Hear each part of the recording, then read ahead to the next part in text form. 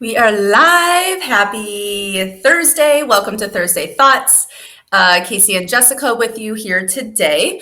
We are talking about how emotions affect your autoimmune disease and symptoms and pains and everything that's going on with you. Emotions meaning how you think, how you feel, and what you do about them. So we'll get into introductions and then we have some knowledge to be brought on you. Yes. So I am Casey Kephart. I am a functional medicine nutritionist. I lost my words there. And I help women with all different types of autoimmune diseases, trash your symptoms, feel better, have more energy, and live the life again that you were before this or that you've always wanted to.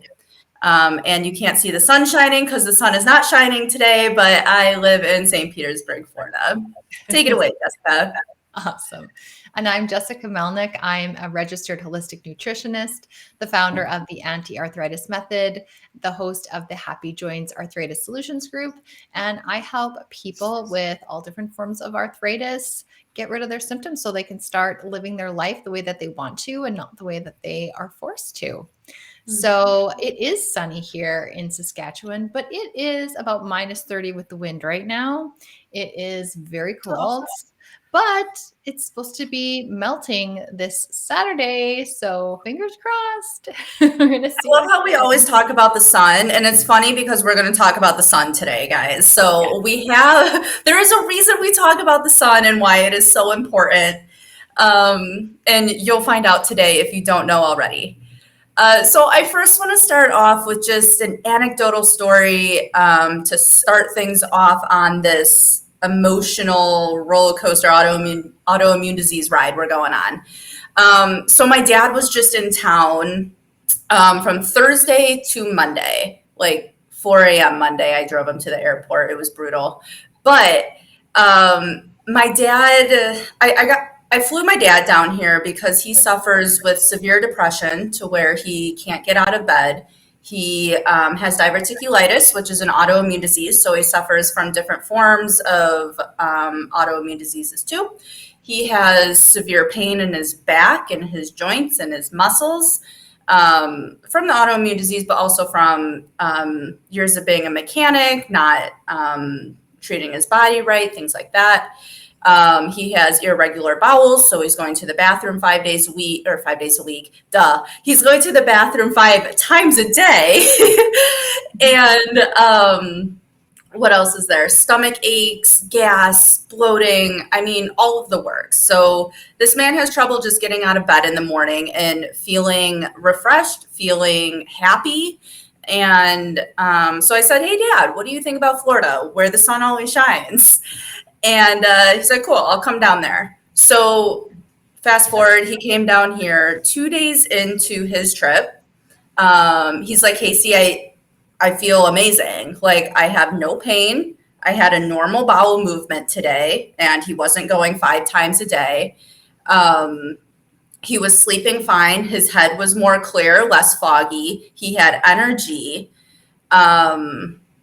And there was one other thing that happened, but he just thought it was a miracle. It was incredible. And so hopefully he went home not wanting to get surgery anymore for his back and doing some different changes. But we talked and I was like, Dad, it's all connected to what you're feeling. You know, there's a reason you don't have pain right now. There's a reason that you feel happy right now. And there's a reason why you're sleeping better and have better bowel movements now. One, I was cooking for him, but other factors too. So what I'm trying to display here is that when you get out of your negative pain cycle, so for him, it was thinking about all the bills he has to pay and can't pay right now because he can't work because of his pain. Thinking about the 4 dogs he has to take care of, his girlfriend's autistic child, his girlfriend he has to take care of. You know, there's so many things that are resting on his shoulders that he didn't have to think about while he was here. So he got out of that pain cycle, that negative thought provoking cycle, and he felt so much better. And It affected his body in a physical manner as well as mental. So we're going to talk a little bit more about the emotions and how we think and how to get out of that cycle, just like my dad did. Yeah. Yeah, amazing. That's such a good example. And your dad, correct me if I'm wrong, he is from Chicago, correct? Yeah, so Midwest, doom, gloom. It's cold right now. There's no sun. And to put things in perspective, my dad is 54 too. So he is not old by any means and ready to die. He still has 50 more years to live. So, how do we get him to live in a better environment and better emotional state? Yeah, and that's the thing too, because like for example, I'm also very far north. I'm not as far north in Canada as you can get. I am It sounds like it though. it's really, really cold here right now, but like the days are getting longer. There's more sun. I know Casey and I talk about the sun all the time because it does have such a profound effect on our moods and our energy levels. And some of us are more affected by that than others. I don't know necessarily if it's an autoimmune thing. I know, for example, my partner is not that affected by like how many hours of sun that we have versus clouds. It This is doesn't really hard. bother him. And so yeah, he's lucky that way. But for me, I definitely like this time of year, I feel myself coming more alive. You know, I have more energy. I'm just in a better mood. Mhm. It just the sun, those longer daylight hours, like really, really helps with my mood and my energy level. So but of course, there's certain things that obviously are not in our control, and that we do have to kind of shift our perspectives around or find ways to make it work. And we're going to talk a little bit about that. But one of the things I found super interesting in terms of research, and I was watching a webinar the other week about the emotions of autoimmune disease. So I found this super fascinating because there are actually studies done on different emotions that we can internalize that can lead to autoimmune disease years and years down the road. So obviously these were longitudinal studies that were done. And what they found is that there's three different experiences and emotions that we can have early on in our childhoods and our early formative years that can lead to autoimmune conditions like in adulthood. So one of the first ones was having an insecure survival relationship. So having not feeling completely safe and secure within with the relationship with your primary caregivers. So most of us, that's our parents. Some of us, it might be other family members, but the people who were in charge of looking after us and making sure that we were healthy, happy, safe, had all of our needs met. So just, you know, if there was chaos or if there was violence, if there was just not being able to rely on those people for your like to have your needs met, to feel safe, secure, and loved, that is something that we can internalize. That is a trauma that we can internalize, and that we can carry that with us. Mhm.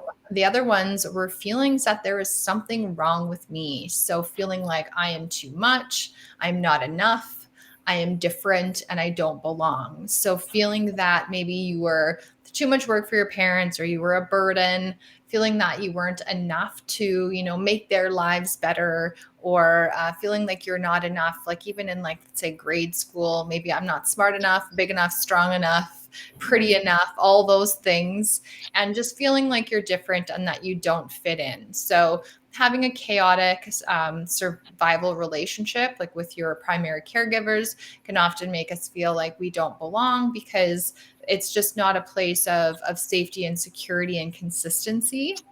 And that we can definitely carry on into our relationships in Mhm. childhood, adolescence, and in adulthood. And the last and third emotion that they found connected to autoimmune conditions is shame.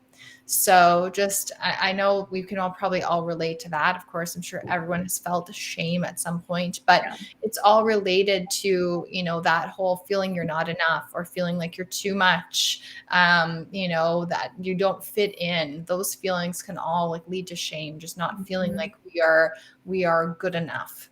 And so there's things that we can do, obviously, to break that cycle of thinking. And the first thing is to realize that we even have internalized some of those thoughts. And these are really painful things to think about. And I do recommend talking to a therapist if you think you have any of these thoughts subconsciously or even consciously. A lot of us have subconscious thoughts that are harming us and we're not even aware of them. So it's really important to think about some of these things and see if any of that actually applies to you, because the first step is awareness and just realizing it's actually there. Yeah. Yeah. Story of my life with all of those emotions and not feeling secure growing up and not feeling wanted and things like that. But just to elaborate a little bit more, to not put a sciencey shift on it, but you've heard us talk about leaky gut a lot, right? And our emotions have a lot to do with poking holes in that leaky gut.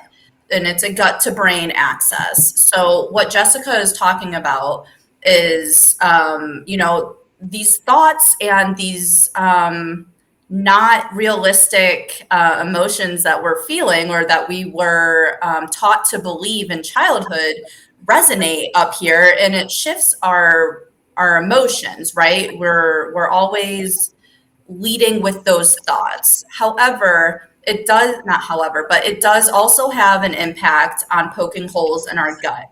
We have a gut lining, it's supposed to be really tight, but when these negative emotions and stress and survival mode come in, they poke holes in that tight gut lining, and they cause now food, bacteria, toxins to get into our bloodstream, and that's when we start feeling sick.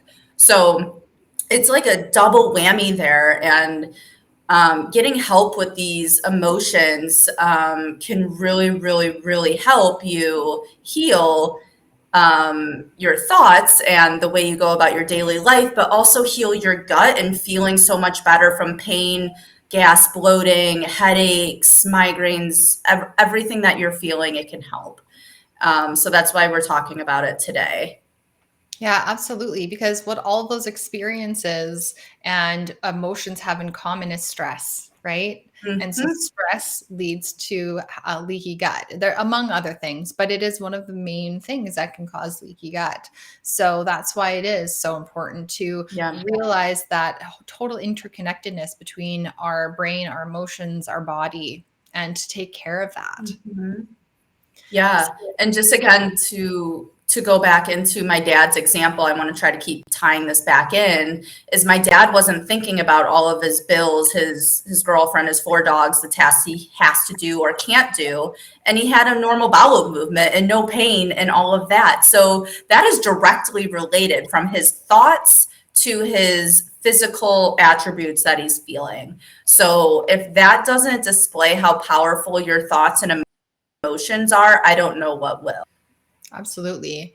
And like Yeah. I said before, like realistically, we can't go on vacation all the time, even though I'm sure we'd probably wish we could do one a month. But One of it's them a month. right? Once a month, once every 2 months, you know. But just having that self-awareness and paying attention to our body, and also being like, okay, so this is happening in my body right now, but what's happening in my life right now that may be Mhm. contributing to how I feel? Just be having that mindfulness, that self-awareness, looking at like, why do I feel like crap? What could be connected to this? Yep. Is there stress happening at work? Is there stress in one of my important relationships? Is there something that's going wrong in my business? Is there a financial stress? All those different Mhm. things. Am I feeling grumpy because it's been raining for 3 days or snowing for 3 days and I need to get outside? I need to exercise. Do I feel gross because I ate something that didn't agree with me and I just feel like kind of blah and I don't want to do anything? Yeah. What's happening in the world, right? Like I can think of like there's so many things happening in the world right now that are just like that make my heart hurt. Yeah. And so looking at like what do we have control over versus what we don't have control over, and just pick Mhm. one thing that we can try to work on to make better for ourselves so that we can begin to mitigate some of that stress and bring that down. Yeah. So that's one place I'd say to start. I know we have Yeah. a whole list, Casey, so I'll turn it Yeah. back to you. Yeah. One quote I really like that you kind of touched on, Jessica, was don't worry about the things you can't control. So we want to focus on what we can control. We can control our thoughts. We can control how we respond to people or life events. We can control the jobs we get, the people who we hang around, the media that we see. So don't focus on what you can't control. We can't control, the war events or the pandemic or whatever it is.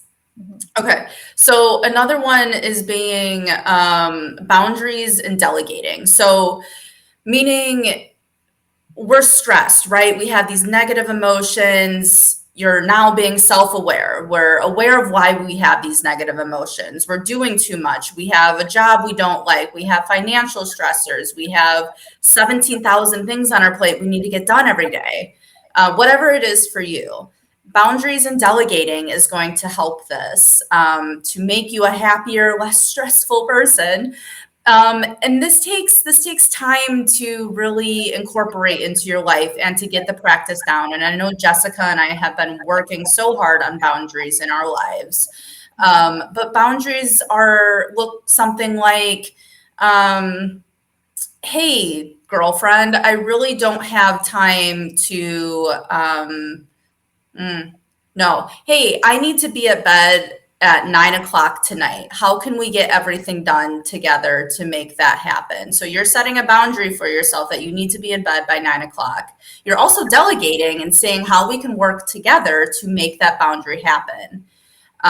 Delegating your 17,000 plates of tasks, delegating who feeds the dogs, delegating who goes to the grocery store and who does the grocery shopping and who does the laundry. There's no line on what you can delegate with, and it's only going to be a no if you don't ask, right? So put it out there and see where you can compromise with your loved ones, with family, friends. If you live alone, call a friend, ask them if they can help you.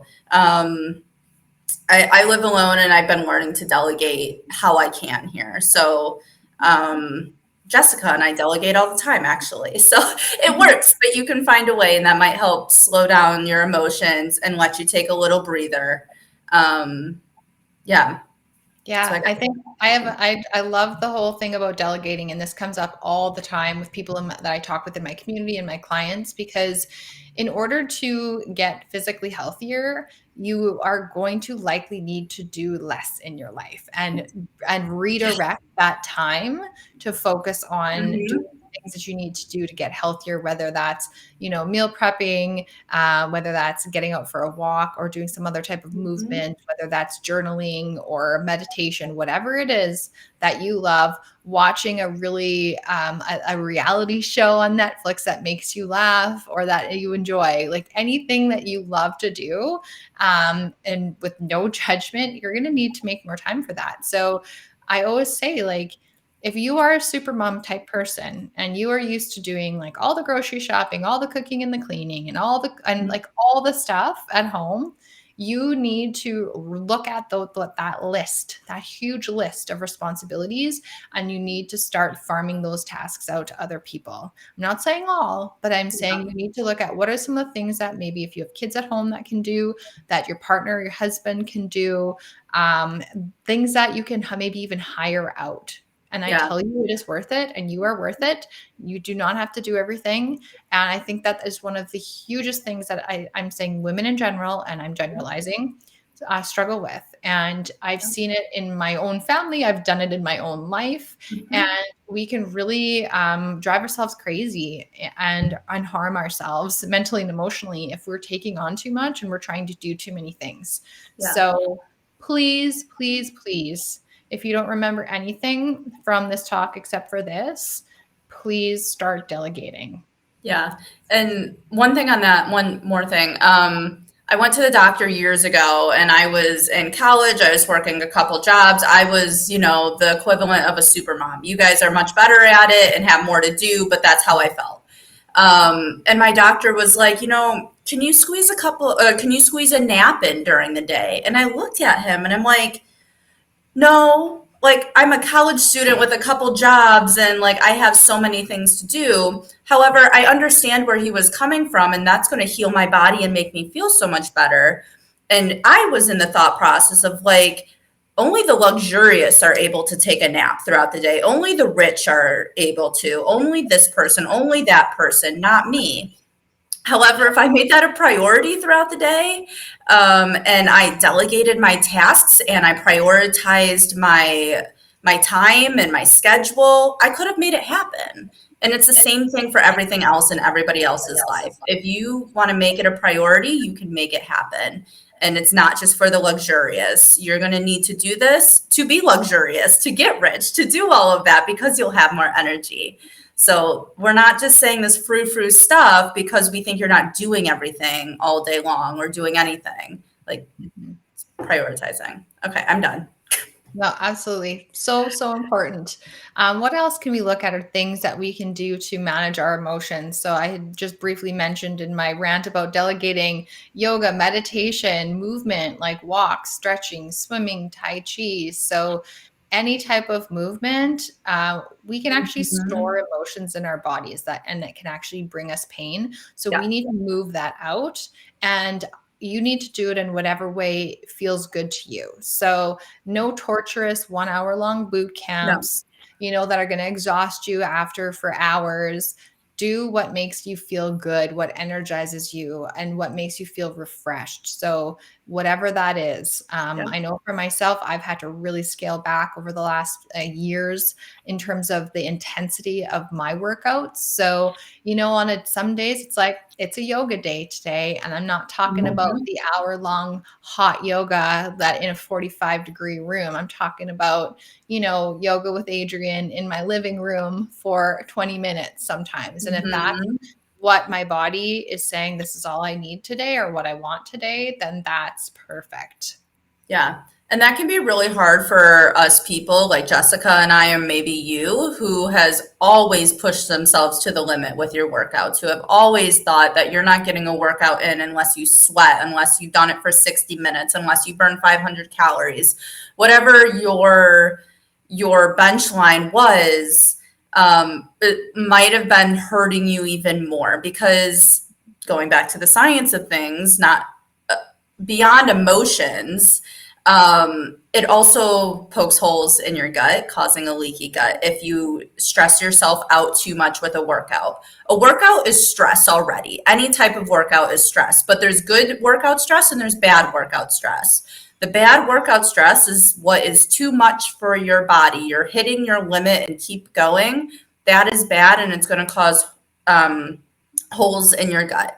So we want you to do the movement that makes you happy and that you are energized with. And that's a double whammy. You're getting happy, so you're transitioning those negative emotions to those happy emotions. And then you're getting energized as well, because with autoimmune disease, fatigue is oftentimes the number one symptom as well. So do this for your body, and it's temporary.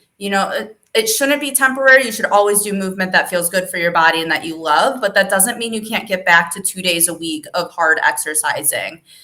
You just need to be more mindful of your body. Yeah, absolutely. Um, so another one would be like a girls' night out, or if you're a guy's night out, or co-ed night out, whatever. Just a night out with your friends and people who love you and support you, and you can feel that they care for you.